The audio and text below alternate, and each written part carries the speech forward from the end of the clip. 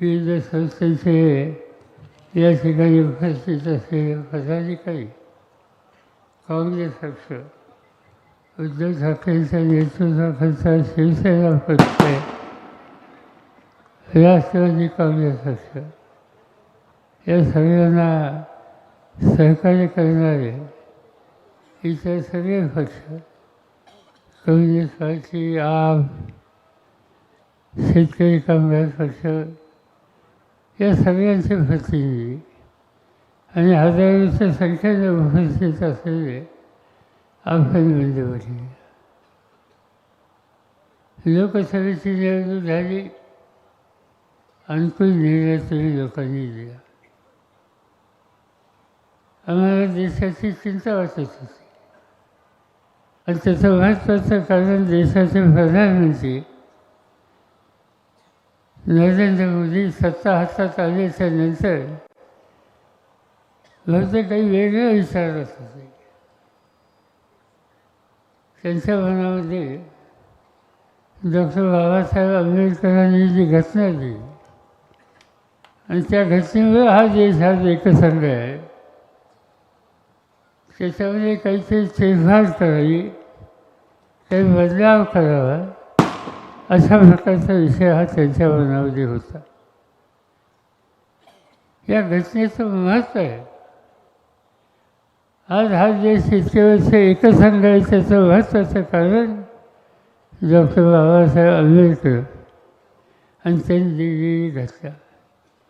तुम्ही हिंदुस्थानचा नकाशा निर्देशावर आणा, काय तिथं दिसतं?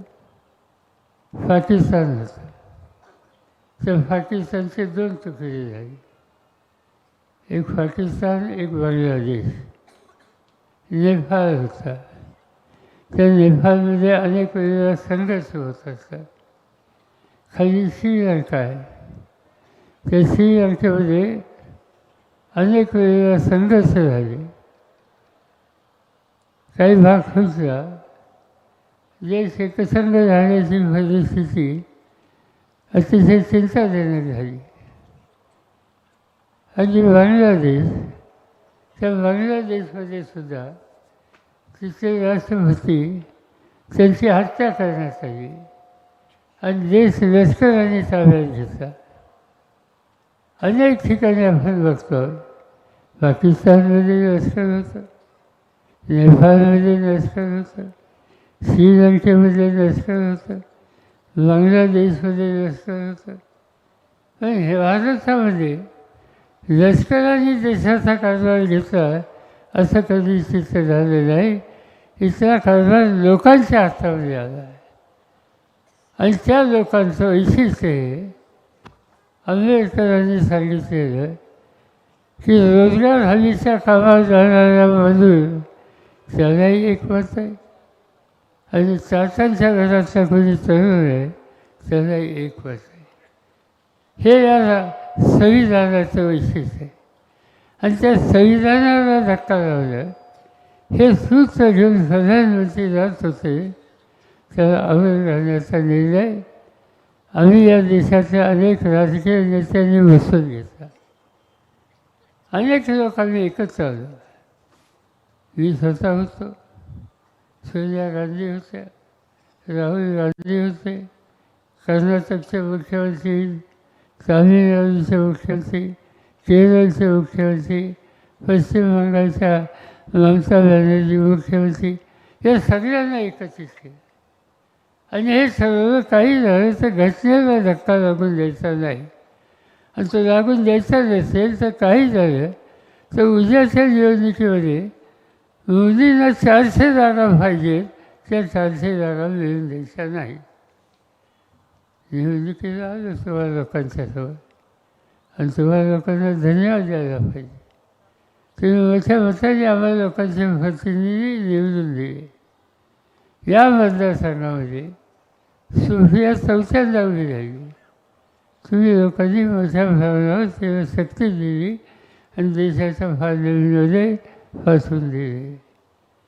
महाराष्ट्रामध्ये 48 खासदारांच्या जागा, त्याच्या 30-31 जागा जिंकल्या गेल्या आणि त्याचं 100% श्रेय महाराष्ट्राच्या कानाकोपऱ्यात राहणाऱ्या तुमच्यासारख्या कोट्यावधी जनतेला आहे, त्यामुळे ते घडू शकले. निवडणूक झाली, आता विधानसभेची निवडणूक आहे. राज्य नीट रस्त्यावर आणायचं हा आमची भावना आहे.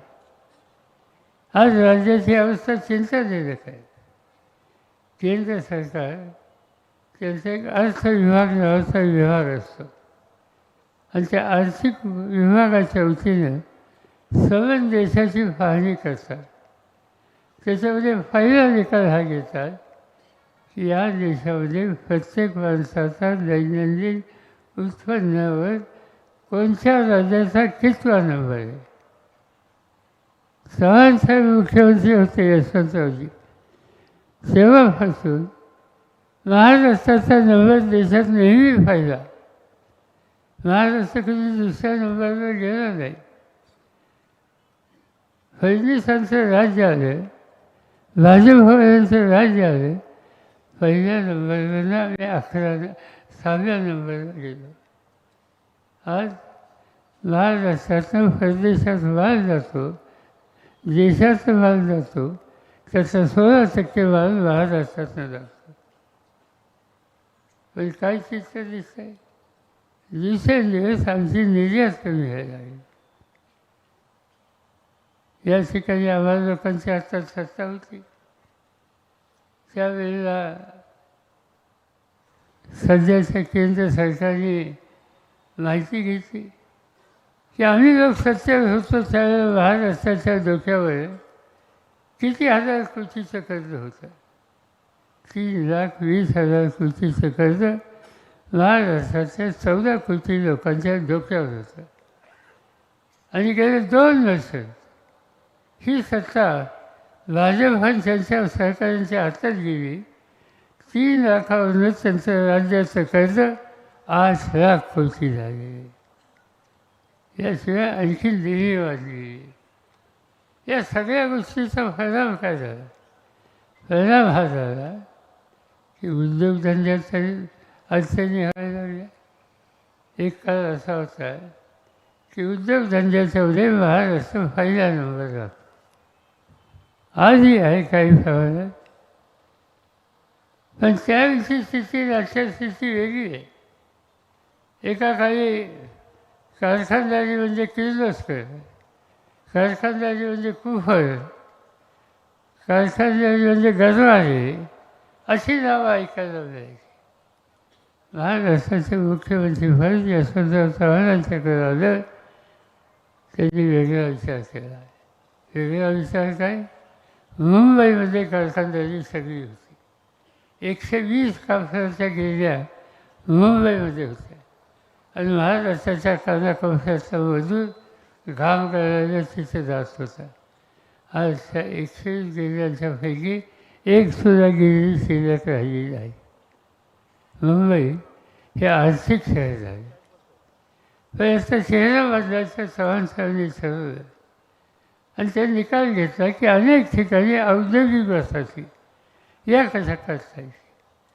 आणि पहिली वसाहत त्यांनी करायचा निर्णय घेतला फिरकी चिंचवडला.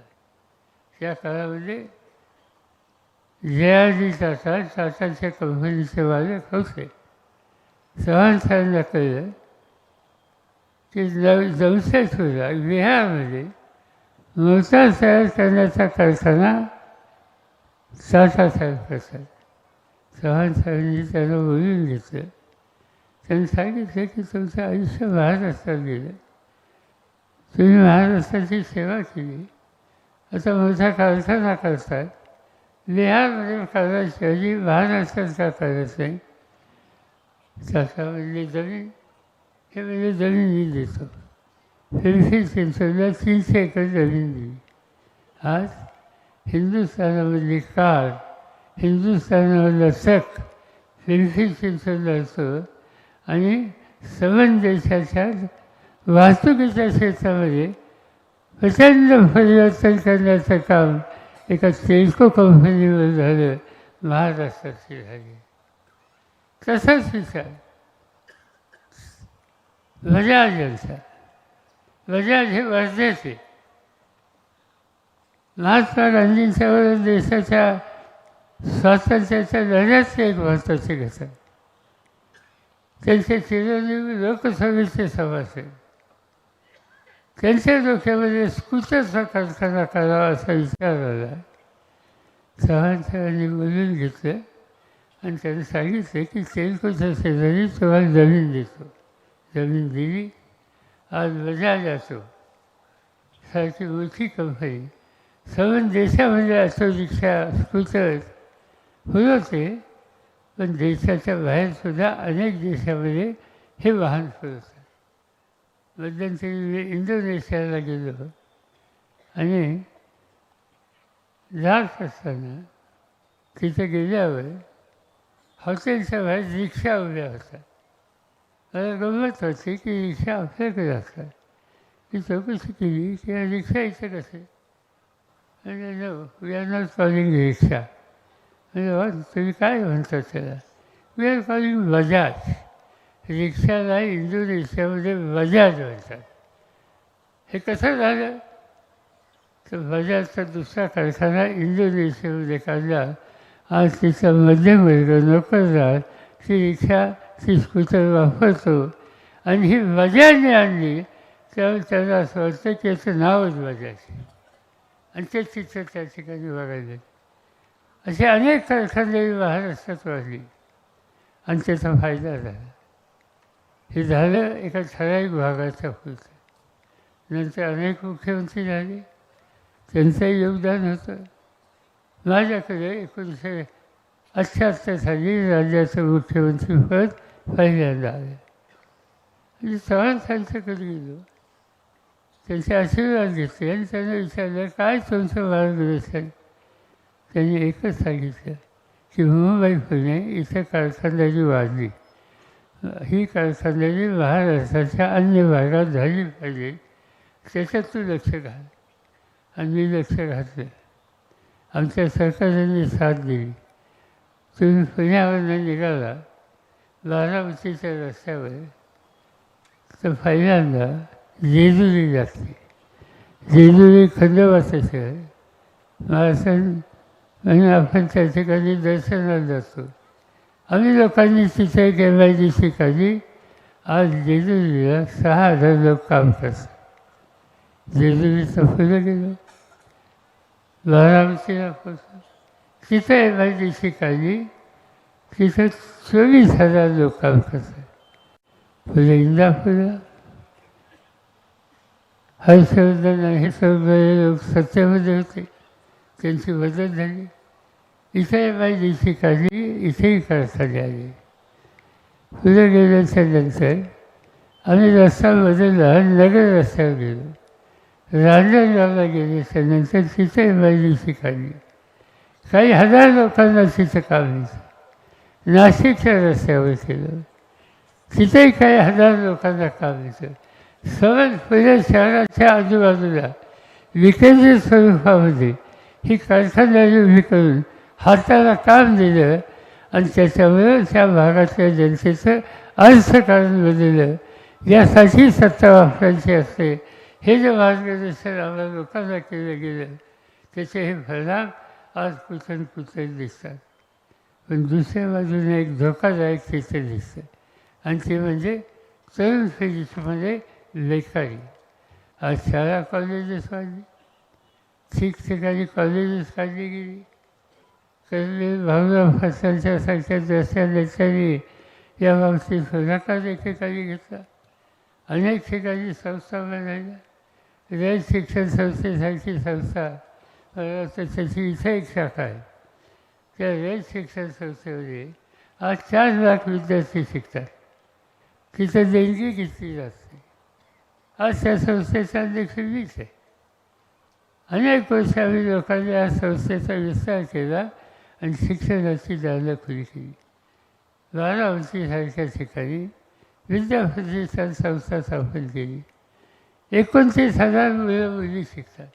त्याची शाखा इंदापूरला सुद्धा आहे. इथेही त्याची सुविधा दिलेली आहे. हर्षवर्धन पाटलांनी शिक्षण संस्थेचे लक्ष घातलं. त्यांनी काही संस्था उभ्या केल्या. सगळ्या महाराष्ट्राच्या कानाकोपऱ्यामध्ये अशी शैक्षणिक दालन आपल्याला केली, मुलं शिकली. आनंद झाला, मुलं शिकली. पण चिंता एका गोष्टीची आहे, मुलं शिकली पण त्यांच्या हाताला काम असते. सगळ्यांनाच नोकऱ्या मिळत नाही आणि नोकऱ्या मिळत नाही, त्यामुळे एक प्रकारची नाराजी ही तरुण पिढीच्यामध्ये.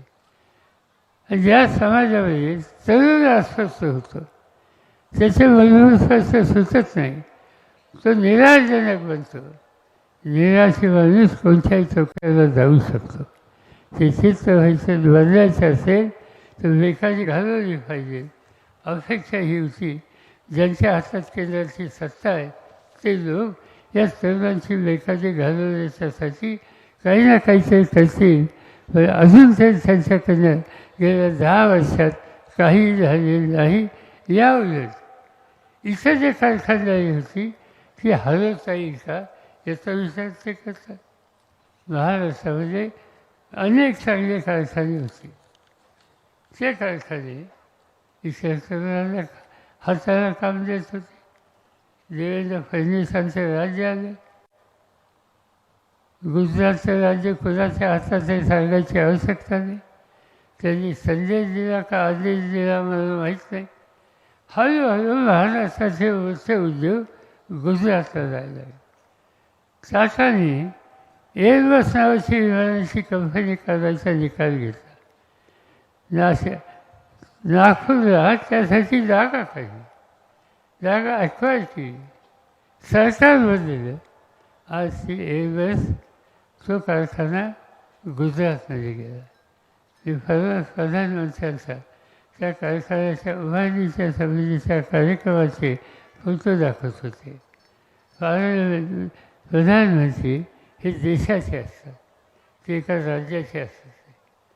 पण हे आजचे प्रधानमंत्री देशाचा विचार करत नाही. फॉक्सकॉन नावाची कंपनी, तुम्ही कॉम्प्युटर किंवा हे वापरता फोन, त्या फोनमध्ये एक चिप असते, कॉम्प्युटरमध्ये एक चिप असते आणि ते चिप तयार करण्याचा फॉक्सकॉन नावाची कंपनी जगाची मोठी कंपनी. त्यांची कारखानदारी महाराष्ट्रात उभी करायची ठरली. आज माहिती नाही कुठले हुकूम आला आणि ती इथनं हलवायचा निर्णय झाला गुजरातमध्ये. त्याचा एअरबसचं मी सांगितलं, एअरबसचं सांगितलं. वेदांचा हा एक मोठा कारखाना येत होता, त्यांना जागा देऊ केली होती. ही कारखाने गुजरातमध्ये हलवली. तुम्ही इथले कारखाने हलवता. आमच्या सगळ्यांचा प्रयत्न आहे की राजकारणात वळलेले असतील ते सुरू, पण राज्याचा विकास त्याच्याबद्दल चळवळ करायची नाही आणि ती करण्याच्यासाठी पक्ष न बघता सहकार्य करायचं, कारखानदारी वाढवायची, तरुणांच्या हाताला काम द्यायचं. पण त्यांना राज्याच्या हिताची जपणूक हे हल्लीच्या राज्यकर्त्यांना पटत नाही. ते फक्त गुजरातमध्ये कसं काही नेता येईल या गोष्टीच्यासाठी आज प्रयत्न ते करत आहेत. आज मगाशी मी तुम्हाला फॉक्सकॉन कंपनीचं सांगितलं. त्या फॉक्सकॉन कंपनीमध्ये 1,54,000 कोटी एवढी गुंतवणूक होणार होती आणि टाटा एअरबसमध्ये 21,935 कोटी एवढी रक्कम त्या ठिकाणी गुंतवणूक होती. उद्या मला सांगितलं तर लिहून द्या, तर किती शून्य द्यायची ते माझ्या लक्षात येतं. इतकी हजारो कोटीची गुंतवणूक आज महाराष्ट्रात होत होती. आज ती महाराष्ट्रातनं गेली आणि त्याचा परिणाम वेगवेगळ्या गोष्टी दिसतात. शेती हा तुम्हा लोकांचा, आम्हा लोकांचा महत्त्वाचा उद्योग आहे. शेतीच्या क्षेत्रामध्ये अनेक चमत्कार केले. एकेकाळी इंदापूर तालुक्यात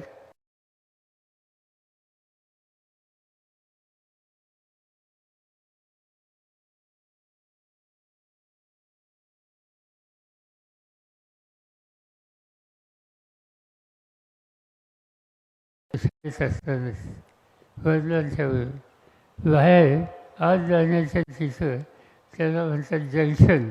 आता काय म्हणतात माहीत नाही, जंक्शन आणि त्या जंक्शनलाच अडवायचे आणि ते अडवायचे त्या ठिकाणी. पण आम्ही परवानगी काढली, गेलो आज आणि तो कारखाना बघितला. आम्ही थक्क झालो.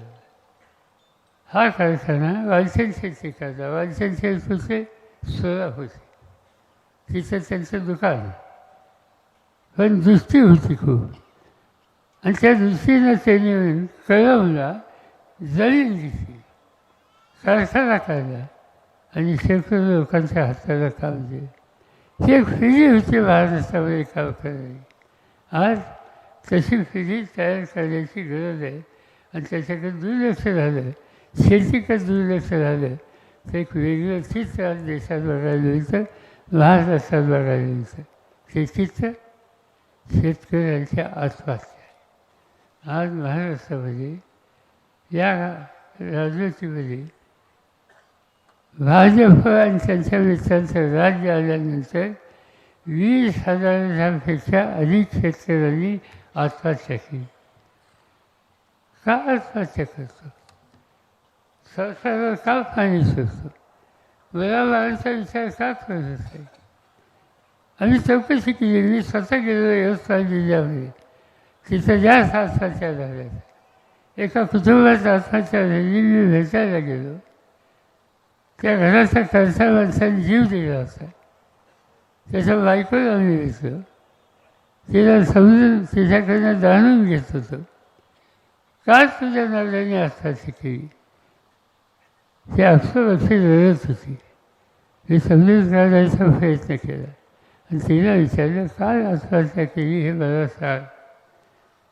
आम्हाला काहीतरी दुरुस्तीचे निर्णय घेतायचे.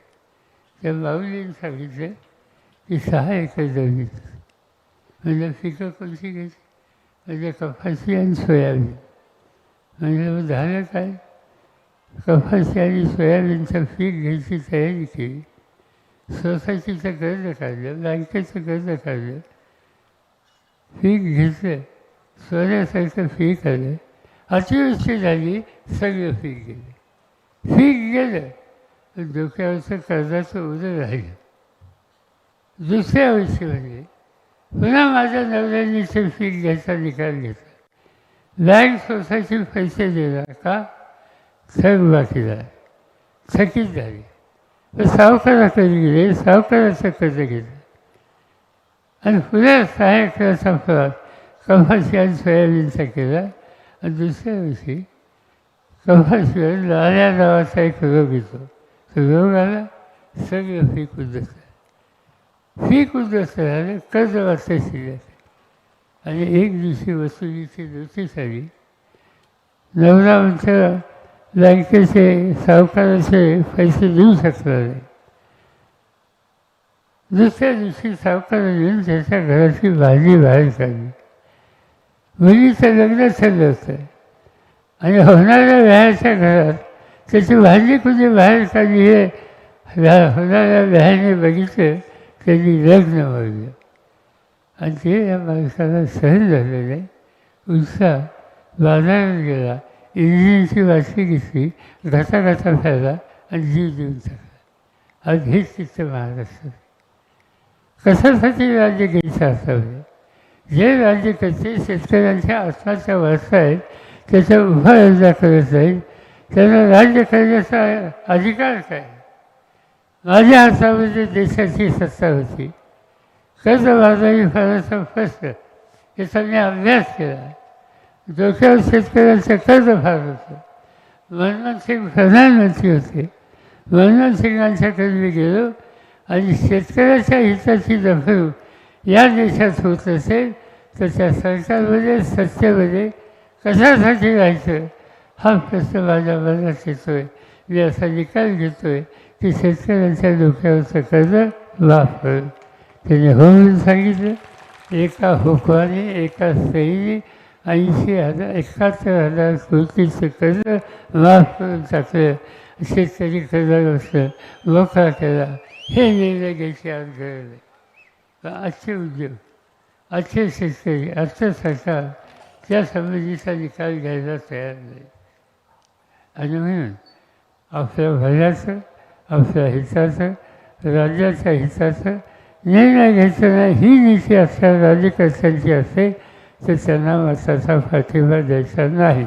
हा निकाल उद्याच्या 20 तारखेच्या मतदानाच्या रूपाने घ्यायचा. आज आपण बघतो इंदापूर तालुका दिवसेंदिवस बदलतोय. मी अनेकदा हेलिकॉप्टरनं वर जातो. पूर्वी आम्ही फेर बघायचो, त्या फेरीची दुकानं बघायचो, गोकुळची फेरी बघायचो, आणखीन काही काही गोष्टी साध्या आम्ही बघायचो. आज वरनं बघितल्याच्या नंतर ठिकठिकाणी बंगले झाले, सिमेंट कॉन्क्रीटचे स्लॅब झालेली घरं बघायला मिळतात. कशामध्ये झालं? कशामध्ये झालं? या सरकारची आम्हा लोकांच्या सत्ता असताना अनेक कार्यक्रम आम्ही लोकांनी हातात घेतले. उजनीसारखं धरणच्या वेळेला बांधलं, चव्हाण सारख्यासारखा प्रधानमंत्री होता आणि त्यांच्या नेतृत्वाखाली त्या कार्यक्रमाला मी हजर होतो. तिथं उजनीचं धरण बांधलं, ब्लॅक वॉटर आलं. त्या ब्लॅक वॉटरने असल्या आजूबाजूच्या लोकांची शेती सुधारली, उसाचं क्षेत्र वाढलं, साखर कारखाने वाढले, MIDCमध्ये छोटे मोठे उद्योग आले. हे सगळं चित्र बदलायला लागलं आणि त्याचा अभिमान आहे. आणि ते चित्र बदलण्यासाठी जे कोणी नेतृत्व देणारे लोक होते, कैलासवासी शंकरराव भाऊ असतील किंवा नंतरच्या पिढीचे हर्षवर्धन असतील, या सगळ्यांनी सरकारमध्ये काम करायची संधी मिळाल्याच्या नंतर त्याचा लाभ हा भागासाठी, मतदारसंघासाठी, लोकांच्यासाठी, शेतकऱ्यांच्यासाठी, कष्टकऱ्यांच्यासाठी कसा मिळेल याच्यामध्ये लक्ष घातलं. त्या सगळ्याच्यामुळं आज चित्र बदलले दिसते. अनेकांना आम्ही लोकांनी या कामांनी मदत केली. कारखाने काढा, लोकांना मदत करा, हा दृष्टिकोन कायम ठेवला. त्याची जात, त्याचा धर्म, त्याचा भक्त काही बघितलं नाही. कुणी एखादं दुसरं काम करणार त्याला प्रोत्साहन. मला आठवते छत्रपती साखर कारखान्याचा प्रश्न आला, कुणाच्या हातामध्ये द्यायचं? आम्ही निर्णय घेतला, बहिण्यांच्या हातामध्ये जिल्हा कारखाना असावा. एक काळ असा होता की साहेबराव दर्शक असोत, माणिकराव दर्शक असोत, माझे वडील बंधू हयात नाहीत, अप्पासाहेब पवार असोत, हे लोक कारखान्याचे चेअरमन होते. महाराष्ट्रात सगळ्यात उत्तम चालणारा कारखाना छत्रपती होता. आमची एक चूक झाली, आम्ही हा कारखाना बहिण्यांच्या हातात दिला आणि परिणाम काय झाला? आज मालेगावचा भाव बघा, सोमेश्वरचा भाव बघा आणि छत्रपतीचा भाव बघा. छत्रपतीचा भाव मालेगाव सोबतपेक्षा निदान 200-400 रुपये टनाला हा कमी असेल. मला अकरा नक्की माहीत आहे. इथे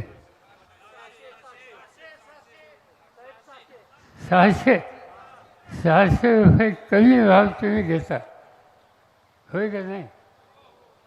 आणि तरी त्याच्या हातात ठेवायचा कारखाना नाही. नुसतं म्हणून काय उपयोग? उद्या निकाल घ्यावं लागेल आणि घरला फासावं लागेल. अशी संस्था चालवणार हा दृष्टिकोन योग्य नसता. अनेक गोष्टींनी मदत केली. ते म्हणजे धंदा करायचा, ट्रान्सफरचा धंदा करायचा. गुजरातच्या लोकांची तुमच्या ओळखी आहेत, गुजरातच्या उद्योगपतींची तुमची ओळख आहे म्हणजे आहे. काही मदत होईल का? एक फोन उचलला गुजरातच्या एका मोठ्या उद्योजकाला आणि सांगितलं की महिने आमच्याकडचे शेतकरी आहेत, त्यांच्या पुढच्या पिढीला आणि त्यांना वाहतुकीच्या धंद्यात काम करायची इच्छा आहे, मदत करा. केली, कल्याण झालं त्यांचं. निवडणुकीला बोलायचं म्हणजे मदत केली, जिल्हा परिषदेला पाठवणी केली, महाराष्ट्राच्या विधानसभेत पाठवायची इच्छा मागणी झाली, तिथं केलं. मंत्रिमंडळात घ्यायचा प्रश्न आला, राष्ट्रवादीकडं. राष्ट्रवादीच्या माणसांचे निकाल मी घेत होतो पक्षाचा अध्यक्ष केलं. मंत्री सगळं दिलं आणि प्रसंगाला तर घरी कुठे गेलं याचा पत्ताच नाही. निघून गेला. ती कशी माणसं जाऊ नाही, त्यांच्या फाशीला करणार नाही, साधपणानं उभं राहायचं. संकट येतात, अडचणी येतात आणि त्याच्यावर मात करून उभं राहायचं आणि भागातल्या जनतेचं जीवन सुधारेल यासाठी कष्ट करायचं. याला म्हणतात नेतृत्व. म्हणजे नेतृत्व खोटं नेतृत्व निघालं, रुपया खोटा निघाला. आणि जर खोटा निघाला असेल, रुपया खोटा असेल तो घेऊन चालणार नाही. उद्याच्या निवडणुकीत निकाल घ्यावा लागेल. काय निकाल घ्यायचा? नुसतं फाडायचं नाही, फाडायचं फाडायचं फाडायचं. हा निकाल तुम्ही घ्या, चित्त बदलेल. मी तुम्हाला खात्री देतो, जिल्हाभर तालुक्याचं चित्त बदलेल. पण महाराष्ट्रामध्ये या प्रवृत्तीचे जे जे लोक आहेत त्या सगळ्यांना दूर करण्याच्या बद्दलची भूमिका ही आपल्याला घ्यावी लागेल. मी महाराष्ट्राच्या कानाकोपऱ्यात फिरतो. 15 दिवस झाले, म्हणजे सारखा बाहेर घरी गेले नाही. चंद्रपूरपासून सुरुवात केली, नागपूरला गेलो, वर्ध्याला तिथून गेलो, अमरावतीला गेलो, अकोल्याला गेलो, बुलढाण्याला गेलो, तिथे नांदेडला गेलो, नांदेडवरनं बीडला गेलो, बीडवरनं शेजारी उस्मानाबादला गेलो, त्याच्यानंतर औरंगाबादला गेलो, औरंगाबादला नाशिक, नाशिकवरनं पुणे जिल्हा, नाशिकवरनं शेजारचा ठाणे जिल्हा, ठाणे जिल्ह्यावरनं खाली कोकणामध्ये, त्याच्यानंतरच्या दौऱ्यामध्ये तुमच्या अलिबागांच्या भागामध्ये गेलो, तिथून खाली रत्नागिरीपर्यंत गेलो आणि तिथून कोल्हापूरला जाऊन सांगली, सातारा, सोलापूर असं करून आज मी इथं आलेले. मी सगळीकडे बघतो की लोकांना बदल पाहिजे. लोक असं म्हणतात की आम्हाला बदल पाहिजे, परिवर्तन पाहिजे. चुकीच्या लोकांच्या हातात सत्ता आहे, त्यांच्या हातात ती सत्ता काढून घेतली पाहिजे. आणि ते जनतेची मागणी आहे. लोकशाहीमध्ये जनतेच्या मागणीचा नेतृत्वाने आदर करायचा आणि तो आदर करण्यासाठी जनतेकडे मागणी करायची असते. आणि त्या मागणीच्यासाठी आज मी इंदापूरला आलेलो आहे. या मागणीला तुम्ही साथ द्या. हर्षवर्धन खासदारांना मोठ्या मताने निवडून द्या. मी तुम्हाला खात्री देतो बदल होईल. हर्षवर्धन खासदार वेगळ्या पक्षात होते, मी वेगळ्या पक्षात होतो, पण महाराष्ट्राच्या हिताचा विषय ज्यादा वेळेचा तेव्हा आम्ही दोघांनी कधी राजकारण आणले नाही. त्याचा उल्लेख त्यांनी केला की या देशाची ऊस संशोधनाची सगळ्यात मोठी संस्था वसंतदादा शुगर इन्स्टिट्यूट, त्याचा अध्यक्ष मी आहे. त्या कमिटीमध्ये हर्षवर्धन आहे. अनेक वेळेला ऊस उत्पादकांच्या प्रश्नाची चर्चा आम्ही करतो. त्याच्या खोलात तुमचे दाव असायचं करतो आणि खोलात जाऊन अभ्यास करायला कुणाही जबाबदारी टाकावी हा विषय आमच्याकडे येतो. तर 2-3 लोकांची नावं पहिल्यांदा येतात, त्याच्यात हर्षवर्धन पाटील असतात. या वसंतदादा इन्स्टिट्यूट नांदेडची शाखा आहे. आज त्याची शाखा आम्ही जालन्याला उघडली. महाराष्ट्राच्या शेतकऱ्यांना मदत करतो. त्याच्यानंतर पुढची शाखा आम्ही नागपूरच्या जवळ उघडली आणि ते उघडण्याच्यासाठी जागा कोणती योग्य आहे, कसं करता येईल याचा विचार करायचा होता. आम्ही हर्षवर्धनला सांगितलं की तुम्ही आणि 2-3 अधिकारी नागपूरला जा, एखादी स्थिती बघा आणि काय करता येईल ते मार्गदर्शन करा. त्याचा निर्णय त्यांनी घेतला. आम्ही हे बघितलं नाही पक्ष काय.